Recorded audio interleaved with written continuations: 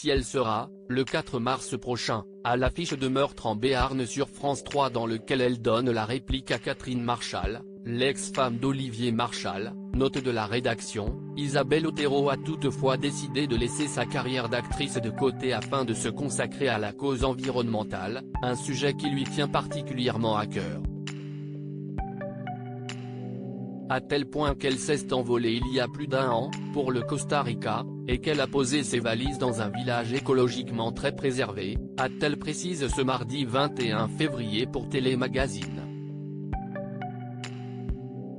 Un choix de vie radical, qu'elle ne regrette pour rien au monde, bien au contraire, j'ai abordé la soixantaine en me demandant ce que j'avais envie de vivre, sachant que j'ai la même énergie qu'avant.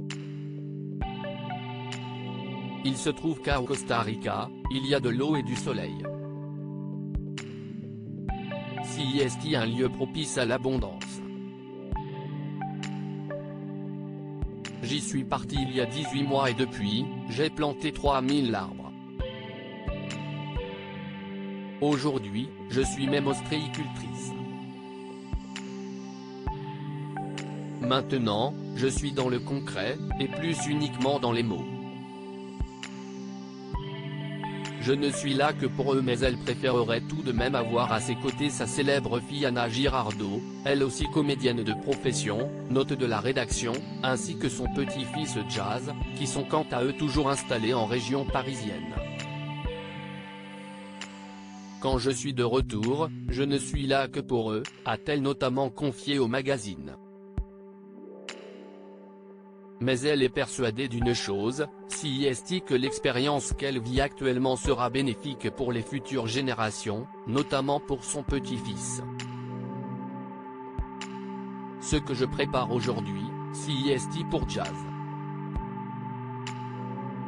Quand il viendra au Costa Rica dans 5 ou 10 ans, il découvrira un territoire qui ne ressemble à rien de ce qu'il peut voir en France, a estimé celle qui, aux dernières nouvelles, partagerait sa vie avec Joachim Roberfroy, un ostéopathe de 50 ans spécialiste du développement personnel et professeur en psychologie énergétique.